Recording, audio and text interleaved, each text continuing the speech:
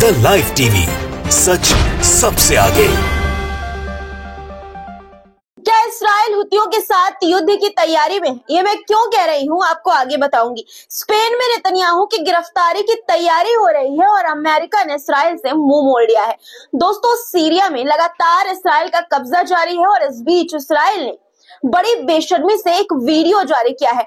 Video में क्या है ये मैं आपको आगे बताऊंगी और वीडियो दिखाऊंगी भी। दोस्तों, आज हम इस वीडियो में बात करेंगे इस्राइल और फिलिस्तीन संघर्ष में हो रहे नए घटनाक्रमों की, सीरिया में इस्राइल की कार्रवाई की, गजा की स्थिति और कैदियों की रिहाई पर बातचीत से लेकर तुर्की की भूमिका तक हर पहलू पर नजर डालेंगे और इससे जुड़ी खबरें आपको मैं बताऊंगी। तो जुड़े रहिए हमारे साथ वीडियो के अंत तक। दोस्तों, वीडियो शुरू करने से पहले हर रोज की तरह एक गुजारिश कि अगर आपने चैनल को सब्सक्राइब नहीं किया है तो कर लीजिए और दोस्तों सबसे पहले वीडियो को लाइक करिए। आपका एक लाइक बहुत सारी हिम्मत देता है आपके लिए इसी तरह की सच्ची और अच्छी वीडियोस लेकर आने का।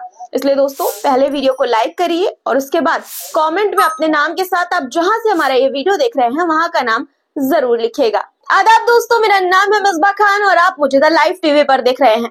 क्या इस्राइल का युद्ध अब हुती लड़ाकों के साथ होने वाला है? ये सवाल इसलिए क्योंकि इस्राइल का एक नया बयान सामने आया है जिसे कुछ इसी तरह का अंदेशा लग रहा है। दोस्तों, हिब्रू चैनल की रिपोर्ट के मुताबिक इस्राइली सेना का ये कहना है कि हमें अब हुतियों के साथ सख्ती से निपटना होगा।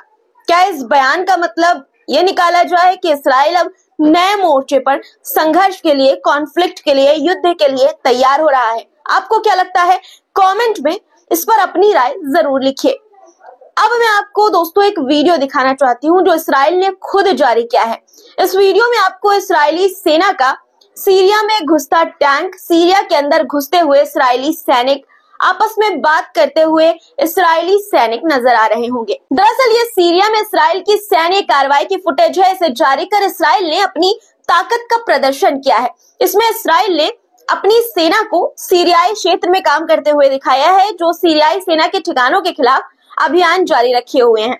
दोस्तों, ये देखने के बाद लग तो बिल्कुल ऐसा ही रहा है कि जिस स्पीड से सीरिया में काम कर रही है इस्राइली सेना और कब्जा कर रही है, उससे कहीं ऐसा ना हो कि सीरिया की सत्ता पर कब्जा करने का एचटीएस का ख्वाब सपना ही रह जाए और चूर चूर हो जाए और इस्राइल जैसी ताकतें अपने मंसूबों में कामयाब होकर सीरिया की जमीन हड़प ले। खैर, ये तो वक्त ही बताएगा। दोस्तों, अब आते हैं अगली खबर पर। दोस्तों, अब मैं आपको एक और वीडियो दिखाना चाहती हूँ जो अमेरिका में फिलिस्तीनियों के लिए नफरत को उजागर करता है। पहले आप ये वीडियो देखिए। Then just I'm asking to leave, please. Thank you.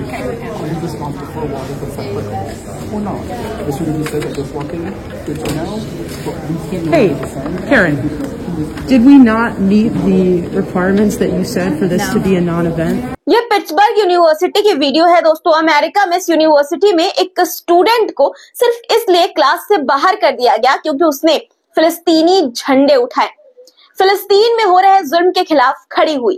दोस्तों, ये मामला इतना बढ़ गया कि उस स्टूडेंट को क्लास से बाहर जाने के लिए कहा जाने लगा और न जाने पर पुलिस ने गिरफ्तारी की धमकी तक दे डाली।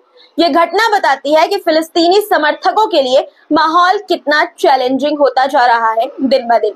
दुनिया भर में दोस्तों इस्राइल के खिलाफ और फिलिस्तीन के समर्थन में आवाज उठ रही है। जॉर्डन की राजधानी अम्मान में भी हजारों लोगों ने गजा पर हो रहे हमलों के खिलाफ बड़ा विरोध प्रदर्शन किया है। तस्वीरें आपकी स्क्रीन पर आप देख पा रहे होंगे।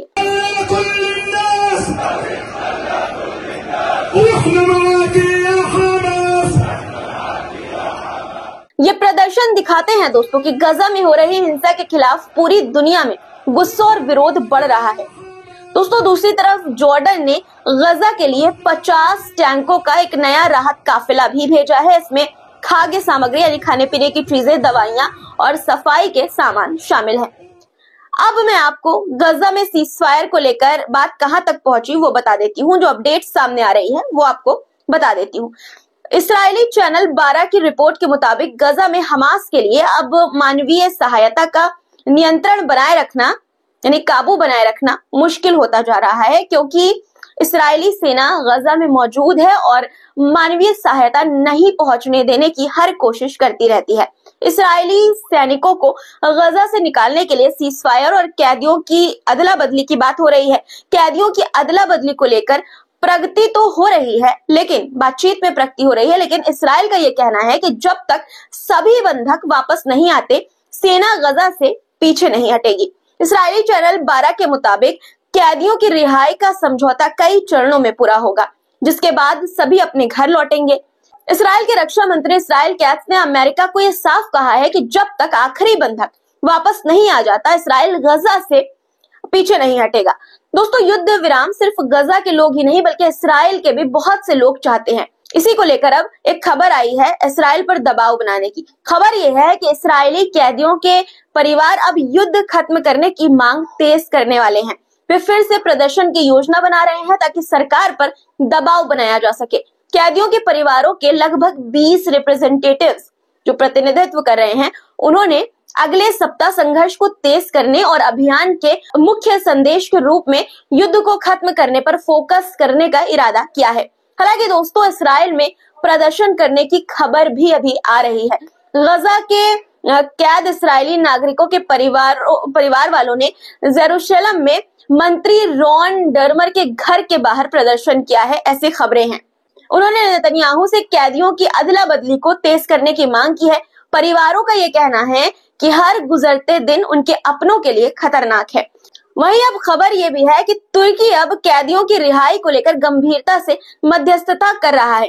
कैदियों के मुद्दे पर बातचीत में अधिक गहराई से भाग लेना शुरू कर दिया है तुर्की ने हमास पर दबाव बनाना शुरू कर दिया है ताकि सौदा जल्द से जल्द हो सके। दोस्तों, अमेरिका और तुर्की के विदेश मंत्रियों के बीच भी गजा में युद्ध विराम को लेकर बातचीत हुई है। तुर्की के विदेश मंत्री का कहना है कि वे अमेरिका के साथ मिलकर गजा में युद्ध विराम के लिए काम कर रहे हैं। इस बीच बड़ी खबर यह भी है कि इसी महीने के अंत तक युद्ध विराम की डील फाइनल हो सकती है। दरअसल डोनाल्ड ट्रंप के सलाहकार जैक सुलिवन ने प्रधानमंत्री बेंजामिन नेतन्याहू से मुलाकात के बाद ये कहा है कि नेतन्याहू जल्द से जल्द कैदियों की अदला बदली चाहते हैं, क्योंकि हर गुजरते दिन कैदियों की जान को खतरे में डाल रहा है। चैनल 14 जो इस्राइल का चैनल है दोस्तों, उसकी रिपोर्ट के अनुसार उसका ये कहना है कि यह सौदा इसी महीने के अंत तक हो सकता है, यानी कि दिसंबर के अंत तक हो सकता है। दूसरी तरफ इटली के प्रधानमंत्री से मुलाकात के दौरान फिलिस्तीन के राष्ट्रपति महमूद अब्बास ने सुरक्षा परिषद के प्रस्ताव 2735 को लागू करने की जरूरत पर जोर दिया है। उन्होंने गजा से इस्राइल के कब्जे को खत्म करने, फिलिस्तीन अथॉरिटी को अपनी जिम्मेदारियां निभाने का मौका देने और मानवीय मदद तेजी से पहुंचाने की अपील की है। क्या यह अपील अंतर्राष्ट्रीय समुदाय को जागरूक कर पाएगी? आपको क्या लगता है? कमेंट में लिखिएगा। दोस्तों, इस्राइल अपनी अकड़ से अपनी शर्तों पर युद्ध विराम करना चाहता है, लेकिन वो नहीं देख रहा है ये कि उनके सैनिक भी फिलिस्तीन में मारे जा रहे हैं। इस्राइल के रक्षा मंत्री योव गैलेंट ने पश्चिम तट पर कब्जे को अपनी सुरक्षा और रणनीतिक जरूरत बताया है, लेकिन इस बीच खबर ये आई है कि इस्राइली कैनेट्स सदस्य गाडी आइजेकॉट ने खुलासा ये किया है कि पिछले 5 हफ्तों में जबालिया में 30 इस्राइली सैनिक मारे गए हैं, जिस पर 4 बार कब्जा किया गया है दोस्तों। यानी जबालिया पर 4 बार कब्जा इस्राइल ने किया और वहां पर यह हाल है। साफ है कि यह संघर्ष इस्राइल के लिए कहीं ना कहीं नए खतरे तो पैदा कर ही रहा है। इस्राइल जितना भी बोले कि सब कुछ ठीक है, लेकिन नुकसान उसका भी हो रहा है दोस्तों। इन खबरों से ये साफ पता चल रहा है। फिलिस्तीन के लोगों के लिए अब बर्दाश्त की अति हो गई है और अब वहां के युवा इस्राएली फौजियों को खुलकर उनको चुनौती दे रहे हैं, खुलकर उनसे भिड़ने लगे हैं। खबर यह है कि नबलस के बीता कस्बे में जुमे की नमाज के बाद युवाओं और इस्राएली फौज के बीच झड़प हुई। एक न एक दिन तो ये होना ही था। जाहिर है गजा के जो हालात हैं वो ना सिर्फ वहां बल्कि पूरे फिलिस्तीन में गुस्से की लहर फैला रहे हैं।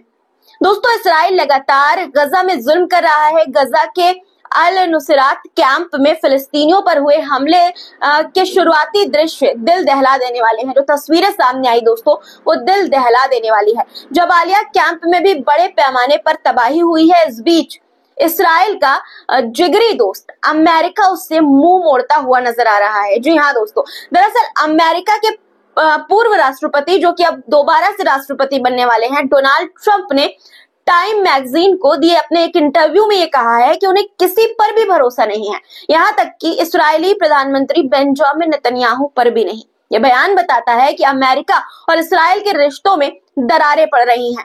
एक तरफ इस्राइल और अमेरिका के रिश्तों में दरार नजर आ रही है, तो दूसरी तरफ स्पेन में नेतन्याहू की गिरफ्तारी की तैयारी चल रही है। स्पेन ने ऐलान किया है दोस्तों कि अगर इस्राएली प्रधानमंत्री बेंजामिन नेतन्याहू मैड्रिड आते हैं तो उन्हें तुरंत गिरफ्तार कर लिया जाएगा। वैसे नेतन्याहू पर गिरफ्तारी की जो तलवार है वो कई देशों में लटक रही है। कितने दिन तक बच पाएंगे वो इस तलवार से, ये देखना दिलचस्प है दोस्तों। अब बात सीरिया की करते हैं। कई जगहों पर इस्राएल के कब्जे और एचटीएस की सत्ता में तुर्की के विदेश मंत्री ने यह घोषणा की है कि दमिश्क में तुर्की का दूतावास कल से काम करना शुरू करेगा। उन्होंने अंतर्राष्ट्रीय समुदाय से अपील की है कि वे सीरिया में शांति प्रक्रिया का समर्थन करें और इस्राएल की सीरिया पर हमले को लेकर चुप न रहें।